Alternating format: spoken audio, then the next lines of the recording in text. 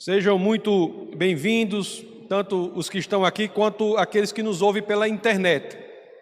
E vamos ter a honra de dar continuidade à nossa série sobre o Evangelho de João, Evangelho de São João. Meus queridos e amados irmãos, no domingo passado, nós estávamos falando sobre a Samaritana, né? Que passagem impressionante, aquela mulher, aquela pecadora. Ela, em um determinado dia, o sol nasceu sobre uma pecadora, mas aquele sol iria se pôr sobre uma missionária, né? E um só dia sai de pecadora a missionária. Tanto que ela, ao se converter, ao entregar a sua vida ao Senhor, aquela mulher, ela corre, ela deixa até o pote d'água dela, ela corre para a cidade para falar daquele que salva, para falar de Jesus Cristo. Aquela mulher, ela demorou a fazer isso porque ela passou por aquele processo que é sair de uma cosmovisão para outra, sair de uma visão de mundo para outra. Porque antes tudo era visto pela lente, pelas lentes do que é mundano, pelas lentes do que é natural. Mas agora ela havia aprendido a ver as coisas ao seu redor de outra forma. Ela havia aprendido a olhar para o mundo por meio das lentes da sobrenaturalidade. Meus queridos, para que eu leia, eu tenho que usar eu uso uma lente rígida, né, no olho, uma lente que eu tenho que colocar todo dia no olho. E além disso, eu ainda coloco os óculos para poder ler ou ver as coisas direito. Sem essa lente rígida que eu coloco e sem os óculos, o mundo para mim é muito diferente. O mundo não tem profundidade, o mundo não tem nitidez, as cores não têm definição, elas até existem, mas são desbotadas, sem muito interesse. Quando todo dia pela manhã eu acordo e coloco a lente e vou fazer alguma coisa, coloco os óculos, eu passo a ver o mundo de outra forma. O mundo passa a se apresentar para mim de uma forma totalmente diferente. Da mesma forma, meus queridos, é a visão espiritual. Nós temos de aprender a cultivar a prática da visão pela lente da espiritualidade. A visão da perspectiva da espiritualidade, da perspectiva da sobrenaturalidade. Olhar para as coisas, meus amados, a partir da dimensão do Espírito. Olhar para as coisas que acontecem no nosso dia a dia, desde as coisas mais simples até aquelas que consideramos mais complexas. Nenhuma deve estar fora da nossa visão por meio das lentes da espiritualidade, por meio da perspectiva do Espírito, da perspectiva da eternidade. A rigor, meus queridos, esta é a principal batalha de cada um de nós. Esta é a principal batalha de cada um de nós. Pois, meus amados, se de fato nós conseguirmos ver o mundo da perspectiva do Espírito, se para tudo que olharmos nós entendermos que isso não passa de algo limitado na perspectiva da eternidade, se tudo colocarmos na bitola da eternidade, colocarmos as coisas desse mundo na perspectiva que elas de fato devem ter, se tudo o que fizermos fizermos sempre sabendo que, se somos cristãos, somos seres eternos, que passaremos a eternidade ao lado do Pai, nós estaremos fazendo isso, alimentando a nossa fé. Meus queridos, isso é muito importante. A manutenção da nossa fé, a manutenção da fé de todo cristão durante o tempo que ele passa aqui na terra, é a única batalha genuinamente verdadeira que teremos de lutar. Porque quando temos a fé genuína, todas as outras batalhas estão vencidas.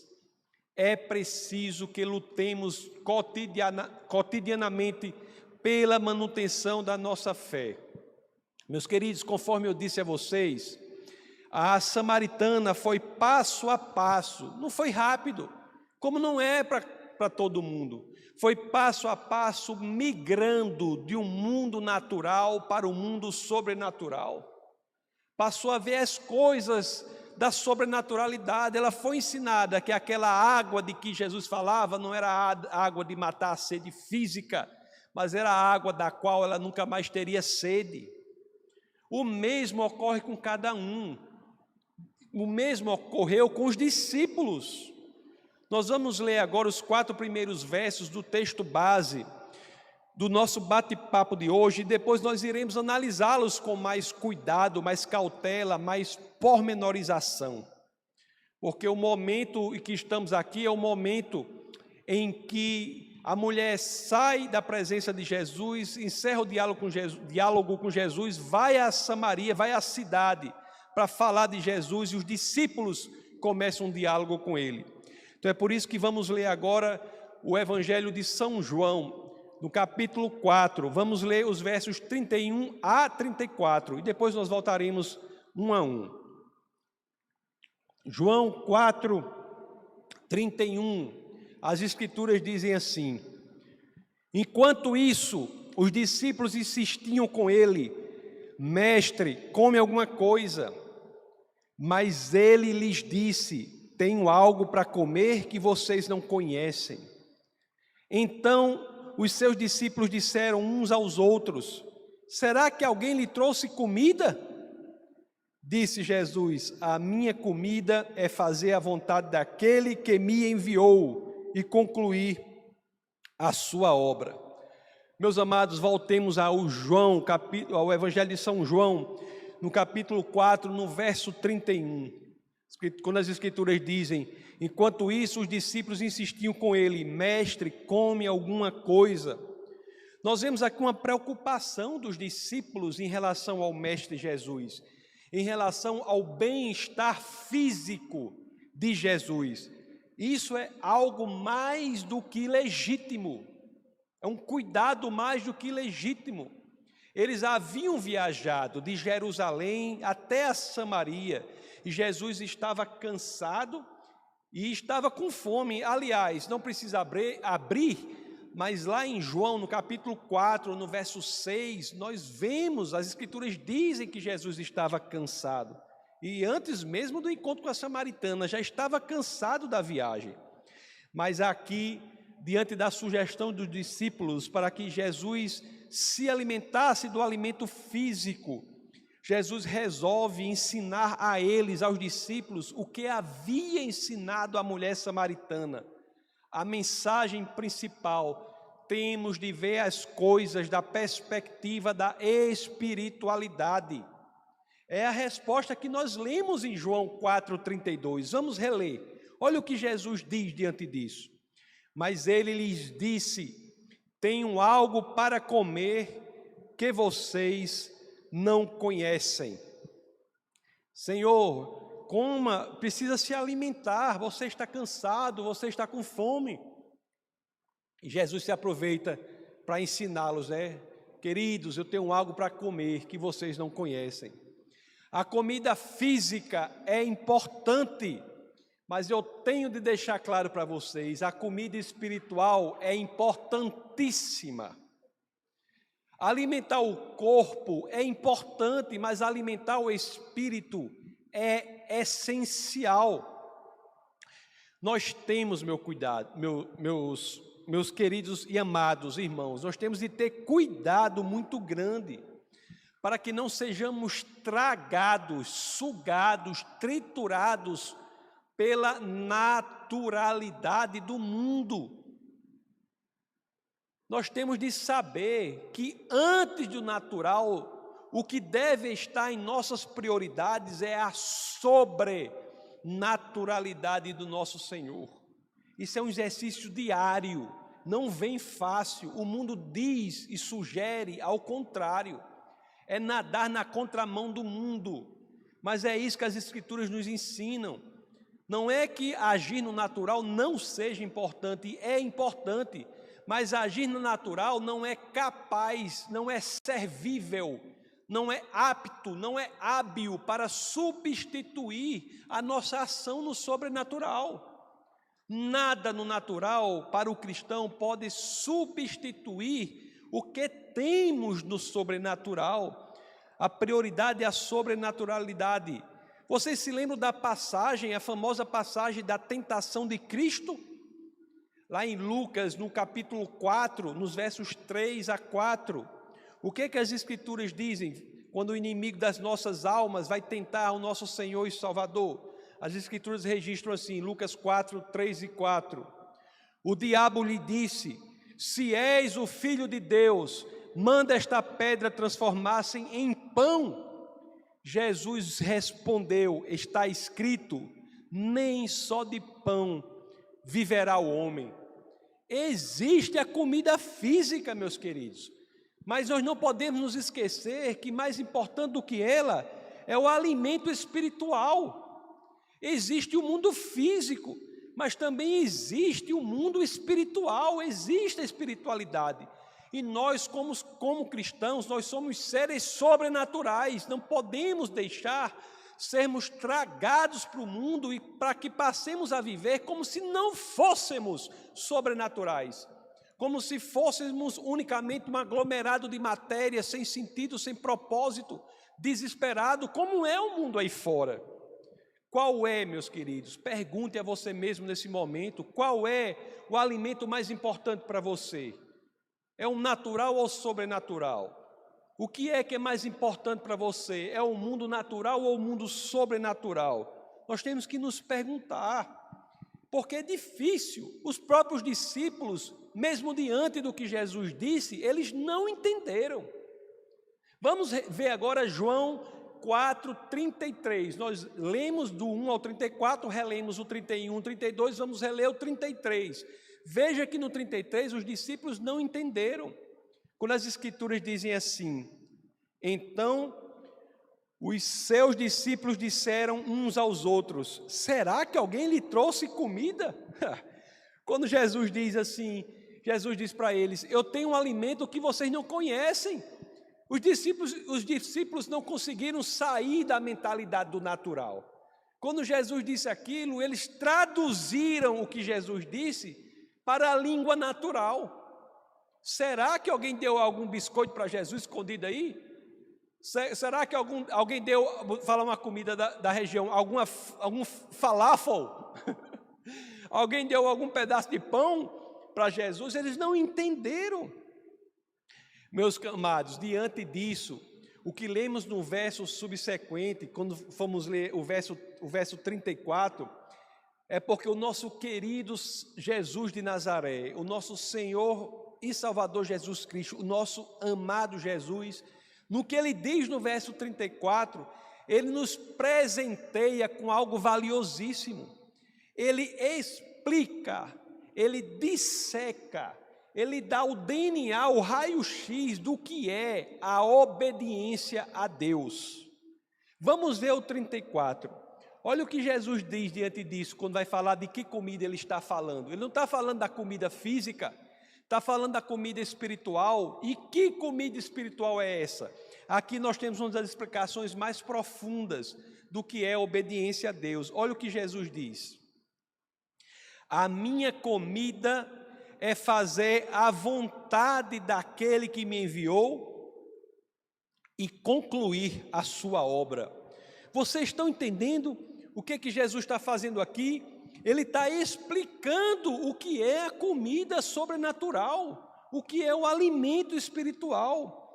O que é o alimento espiritual? O que ele diz aqui?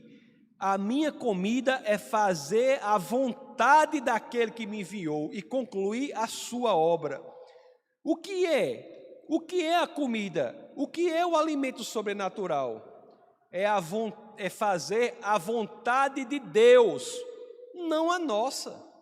É fazer a obra de Deus, não a nossa. Isso é impressionante. O que deve ser, meus amados? O que deve ser para cada um de nós a nossa comida, o nosso alimento espiritual?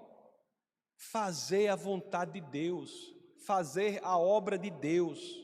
Isso é o que as Escrituras nos ensinam, é a fonte da nutrição espiritual, é como temos de nutrir o nosso espírito.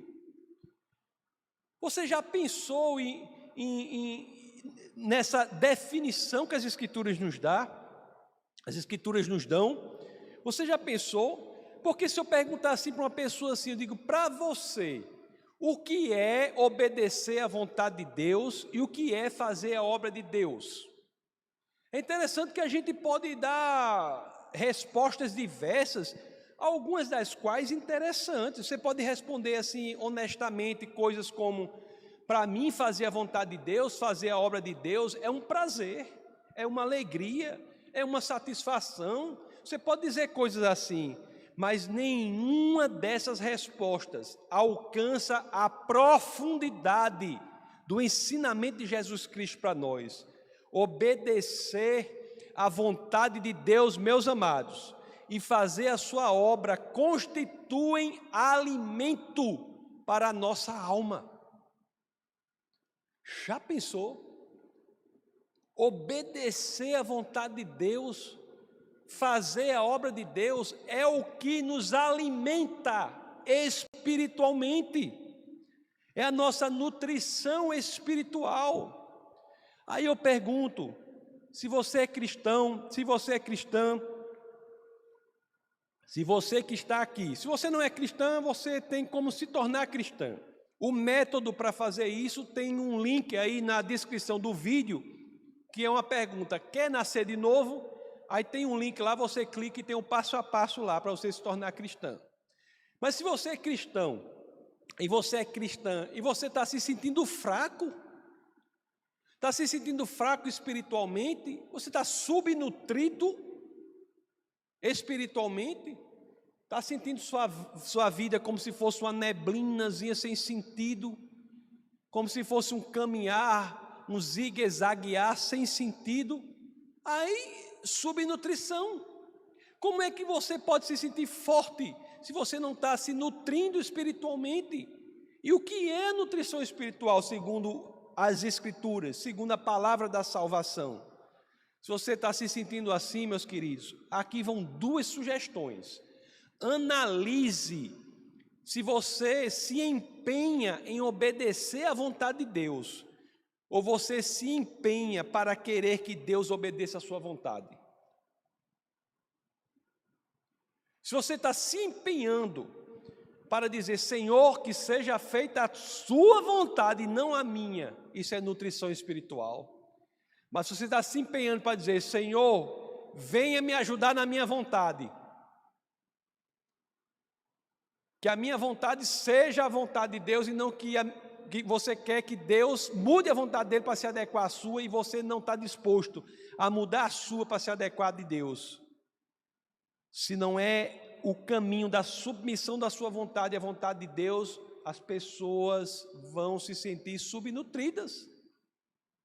Da mesma forma, analise se você está se empenhando para fazer a obra de Deus, ou se você está se empenhando para que Deus se envolva no seu projeto.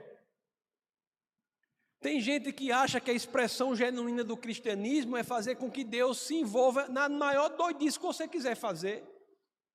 Tem gente que acha que cristianismo é Deus estar na doidice que você vai fazer, quando na realidade o que Deus nos diz é que devemos seguir a vontade dEle, que é boa e perfeita e agradável para todos nós. Talvez, meus queridos, a fraqueza espiritual do cristão seja uma consequência de uma resposta errada a essas duas perguntas. Vamos nos reanalisar, reavaliar. Responda a si mesmo: estamos nos dedicando, buscando a vontade do Senhor e dispostos a nos submeter a ela, seja ela qual for? Estamos nos envolvendo na obra do Senhor ou não? Meus amados, engraçado que quando entendemos isso, nós vemos que esse é o pano de fundo teológico, em que é possível dizer coisas como são ditas lá, e depois você vai ler em Mateus, no capítulo 6, do verso 25 a 34. Vamos ler Mateus 6, vamos ler do 31 ao 34. Depois em casa você lê do 25 ao 34. Só entendendo isso é que passagens como essa fazem sentido. Olha o que as Escrituras nos ensinam. Portanto, não se preocupem dizendo o que vamos comer, o que vamos beber, ou o que vamos vestir, pois os pagãos é que correm atrás dessas coisas, mas o Pai Celestial sabe que vocês precisam delas. E o 33, busquem, pois, em primeiro lugar, o reino de Deus e a sua justiça, e todas essas coisas lhe serão acrescentadas. Quando buscamos o mundo antes do mundo de Deus, nós não estamos nos alimentando espiritualmente porque estamos querendo que o nosso projeto seja maior que o do Senhor. Quando buscamos o reino de Deus acima de tudo, o projeto do Senhor é maior do que o nosso e por isso somos abençoados. E é interessante que desde o primeiro livro escrito da Bíblia, que foi o livro de Jó, o livro mais antigo da Bíblia, nós vemos um princípio como esse sendo verbalizado desde o primeiro livro da Bíblia, o livro mais antigo do Antigo Testamento, no livro de Jó, no capítulo 23, no verso 12, as Escrituras dizem assim: não me afastei dos mandamentos dos seus lábios, dei mais valor às palavras de sua boca do que ao meu pão de cada dia. Meus amados, ao alinharmos a nossa vontade à vontade de Deus, quando nós nos envolvemos na vontade, na obra de Deus, o que ocorre?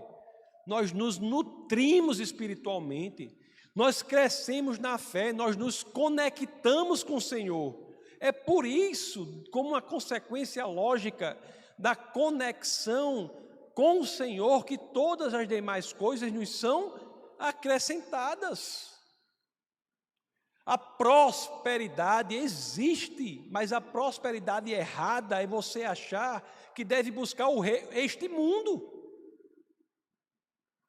O grande entendimento, o entendimento bíblico da prosperidade é entender que temos que nos doar ao Senhor. E a prosperidade, ele atender às nossas necessidades e não aos nossos caprichos, como diz a pastora, as nossas necessidades. É uma decorrência natural da nossa conexão com Deus. Agora, se a pregação é volte-se para o Senhor, para que o Senhor lhe dê um carro, lhe dê um não sei o quê, lhe dê um biscoito, lhe dê uma bolsa da marca tal, você está colocando o reino material à frente do reino espiritual. Existe prosperidade, mas é uma decorrência lógica, uma consequência da conexão com Deus e não a causa, o motivo, a razão de nós nos conectarmos com Ele. Queridos irmãos, a gente tem de se perguntar todo dia, de que nós temos fome? Como é o nosso cristianismo? De que nós temos fome? Será que nós temos fome da vontade de Deus? Isso é uma pergunta que você tem que fazer, que eu tenho de fazer, todos. O pastor ainda mais. O pastor é que tem que se perguntar mais ainda, para que jamais passe na cabeça dele que ele está aqui para servir a um ministério e não a um Deus. A maior tentação para o pastor é achar que a missão dele é servir um ministério e não servir ao Senhor. O ministério nada mais é do que um caminho, um meio, para que todos possam servir ao Senhor. Você já viu oração, quando a gente vai almoçar, já viu a oração à mesa, que quando o povo está com fome, como é? É bem rapidinho. Quando a gente se pergunta de que nós temos fome, e se nós tivermos fome da vontade de Deus, qual é a consequência imediata disso? Não dura 2 segundos, a gente vai querer se alimentar desse alimento espiritual. Tem gente que diz que tem fome da vontade do Senhor, mas não quer se alimentar. Mas tu não sabe o que é fome? Não sabe o que é fome? Eu estava na Guatemala, na América Central, com muita fome, fome física, numa região lá. Aí fui almoçar lá na casa lá. Aí cheguei numa casa de uma pessoa lá e a pessoa diz, vamos orar pelo alimento. Eu digo, vamos. Eu nunca vi uma oração tão doida na minha vida, não parava nunca, e eu com fome. E começou a orar, e orou pelo presidente da Guatemala, pelo não sei quem, depois foi orar pelas autoridades dos Estados Unidos. E a batata frita esfriando, eu vendo a batata frita esfriando. Por quê? Porque eu estava com fome. Eu estava com fome. Quem tem fome não quer esperar. E quem tem fome espiritual é a mesma coisa. Quem tem a fome verdadeira não quer esperar. É por isso que quando perguntamos como está a nossa fome espiritual, nós temos que também ver o que Jesus diz no outro verso, que é o verso 4:35. Vamos ler o verso 35 do capítulo 4 do Evangelho de João. Olha o que as Escrituras dizem. Vocês não dizem, daqui a 4 meses haverá colheita? Eu lhes digo, abram os olhos e vejam os campos, eles estão maduros para a colheita. Entenderam? Se temos fome da vontade de Deus, se precisamos do nutriente espiritual, é para agora, é para imediatamente. Não há fome que espere. Se você tem fome da vontade de Deus, você tem que se envolver no projeto do Senhor. Muitos dizem assim, eu vou me envolver, vou submeter minha vontade à vontade de Deus, eu vou me envolver na obra do Senhor quando isso acontecer ou aquilo acontecer. Eu não me envolvo agora porque eu não tenho tempo suficiente. Eu não me envolvo agora no que eu sinto que Deus quer que eu faça, porque primeiro eu tenho que resolver uma questão não sei onde. Eu não me envolvo agora porque eu estou naquela dificuldade na minha empresa. Primeiro, quando eu resolver aquilo, eu vou. Essa pessoa não está com fome. Senão não espera, não está com fome. Quem tem fome da vontade de Deus, meus queridos, prioriza a obra dele, porque sabe que é assim que nutrirá o seu espírito. É assim que se alimentará. O tempo urge, meus queridos. Deus quer que nós nos envolvamos com o nosso talento, o nosso tempo, o nosso recurso. Para quê? Para que possamos levar adiante a obra do Senhor. Nós temos que nos alinhar à vontade de Deus para a nossa vida, para que possamos nos sentir cheios, nutridos espiritualmente. Para que não possamos ter uma experiência de cristianismo de alguém desnutrido. Tem muitos crentes, pessoas boas, não são pessoas más não, pessoas boas, mas que não cultivam a fome pelas coisas do Senhor e não buscam o alimento espiritual, que é a submissão à sua vontade, à vontade de Deus e o realizar da obra de Deus aqui na terra. Por isso que passam a vida toda numa malemolência, numa coisa mais ou menos.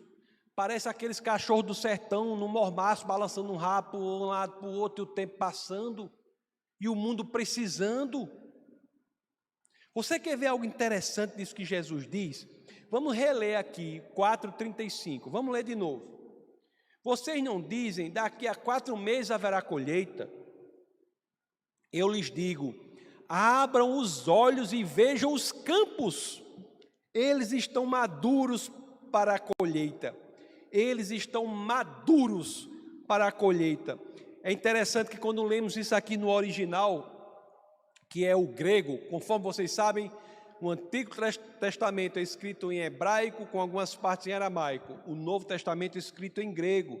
Quando nós lemos o Evangelho de São João, que é escrito em grego, esta palavra que é traduzido para maduro aqui é leukos.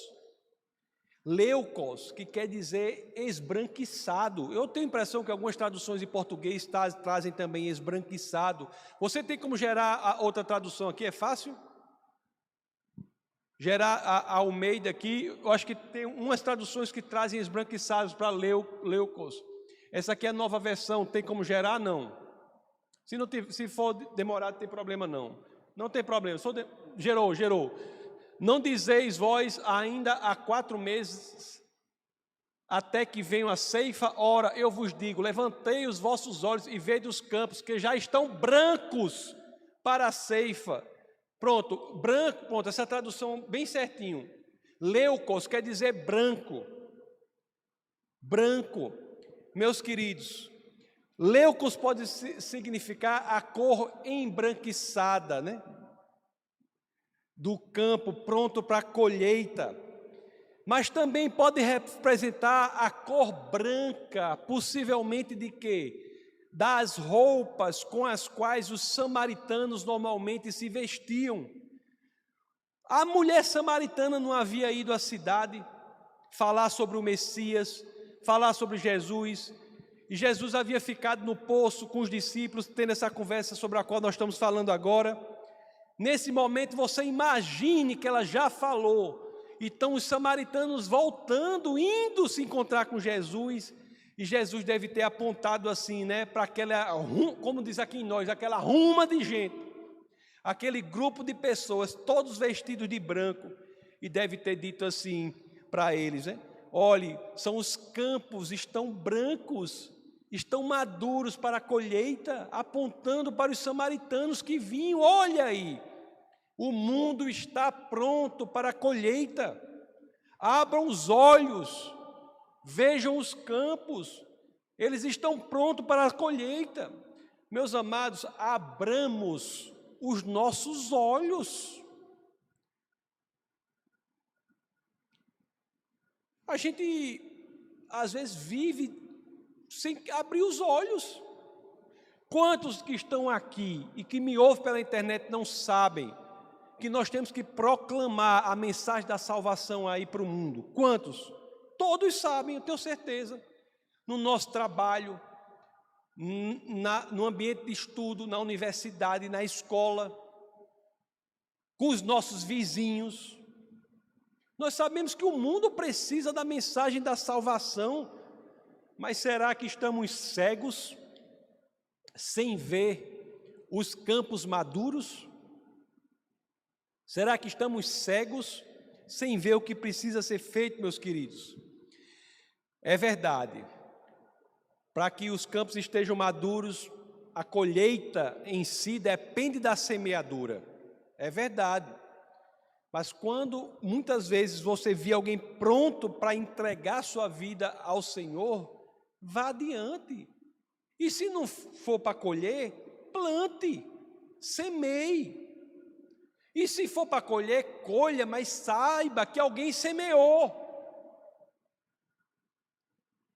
É um trabalho que não envolve enaltecimento próprio. Lá em João, no capítulo 4, no verso 36, as Escrituras nos dizem: aquele que colhe já recebe o seu salário e colhe o fruto para a vida eterna, de forma que se alegram juntos o que semeia e o que colhe.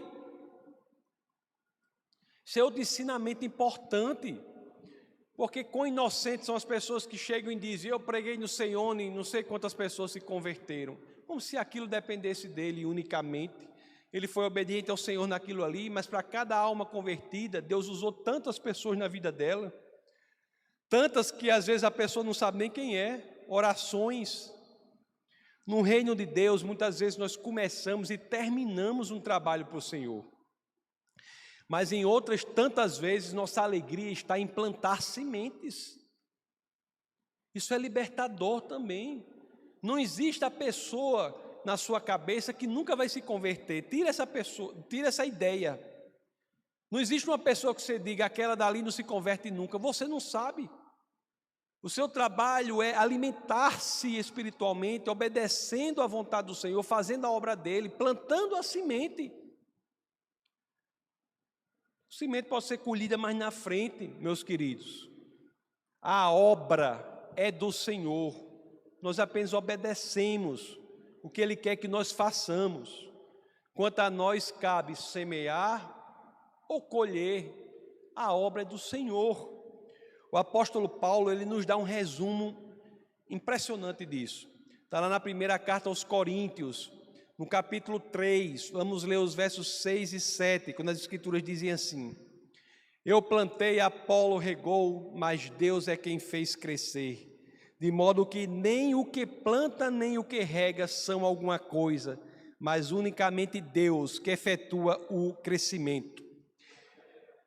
Meus amados irmãos, sejamos maduros nisso, sabendo que o alimento espiritual nos dá humildade, mas nos dá fortaleza, fortes e humildes para fazermos a obra do Senhor e todo o crédito sendo direcionado a Ele.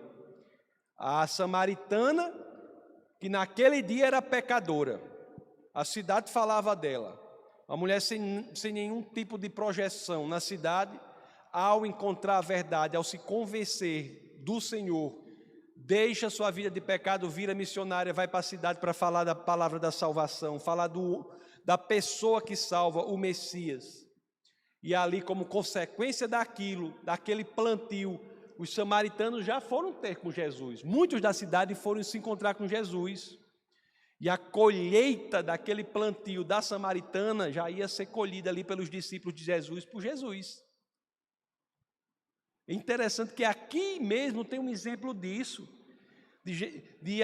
A samaritana que se converte, vai à cidade, planta a semente da salvação, e as pessoas saem da cidade para ter com Jesus, quando os discípulos estão com ele, e ali veremos, numa outra oportunidade, muitos se convertem. E vamos ler agora João 4, 37 e 38, para ver Jesus advertindo disso. Quando diz assim: assim é verdadeiro o ditado, um semeia e outro colhe. Eu os enviei para colherem o que vocês não cultivaram, outros realizaram o trabalho árduo e vocês vieram a usufruir o trabalho deles. Amados, o mundo aí fora está perdido, conforme vocês sabem, está desesperado, está sem saber o que fazer. Aliás, essa é a manchete de todos os jornais em todo o tempo. Eu já sei o que vai passar no jornal da semana que vem. Sabe o que é? É o mundo perdido, desesperado, sem saber o que fazer. Eu sei qual é que vai passar na manchete do jornal do próximo ano, sabe o que é? É o mundo perdido, desesperado, sem saber o que fazer. Os atores podem mudar, mas o roteiro é o mesmo. Se não é o coronavírus, é o tsunami. Se não é o tsunami, é um furacão. Se não é o furacão, é um assassino em série. Se não é um assassino, só muda a pessoa. O roteiro é o mesmo. As pessoas estão aflitas, as pessoas estão desamparadas, as pessoas estão necessitadas do Senhor. É como a Bíblia nos diz, elas estão como ovelhas sem pastor. E nós, meus queridos, nós vamos ficar só olhando? É bem verdade que lá em Mateus, no capítulo 9, no verso 37, a Bíblia nos ensina, né? Isso é importante que a gente saiba, porque a Bíblia diz, Mateus 9, vamos ler o 37. Então disse aos discípulos: a colheita é grande, mas os trabalhadores são poucos. Ou na nossa tradução aqui para nós, a roça é grande, mas os cabamachos são poucos. A roça é grande, tem muita coisa para fazer, mas a Bíblia já diz que os cabamachos são poucos. Mas será que tem alguém que não quer estar no meio desses cabamachos aqui? Será que alguém que me ouve não quer estar no meio dos cabamachos? Será? Será que nós não vamos querer crescer em fome da vontade de Deus? Para que tenhamos a vida plena, repleta. As 24 horas do dia passam a ser poucas, os 7 dias da semana poucos. A vida passa a ser pouca, a gente vai envelhecendo e queria viver 300 anos para ter mais para fazer para o Senhor. Será que alguém não quer experimentar isso? Será que é possível o cristão querer passar o tempo todo aqui na terra igual a vaca, só ruminando, parada, sem sair do canto, Será que tem um cristão que quer passar a vida toda sem querer sair da sua zona de conforto? Meus amados, eu estou até... As escrituras estão muito duras, mas eu estou até aperreado porque eu tenho que falar essas coisas. Mas, meus amados, nós temos que tomar uma decisão. Se você que me ouve, você quer se satisfazer espiritualmente, não há outro caminho. Venha, envolva-se na obra do Senhor, submeta a sua vontade à vontade do Senhor, experimente a nutrição espiritual de que todos precisamos durante esta breve passagem aqui na terra. Vamos orar. Essa foi uma produção do Ministério Internacional Defesa da Fé, um ministério comprometido em amar as pessoas, abraçar a verdade e glorificar a Deus. Para saber mais sobre o que fazemos, acesse defesadafé.org.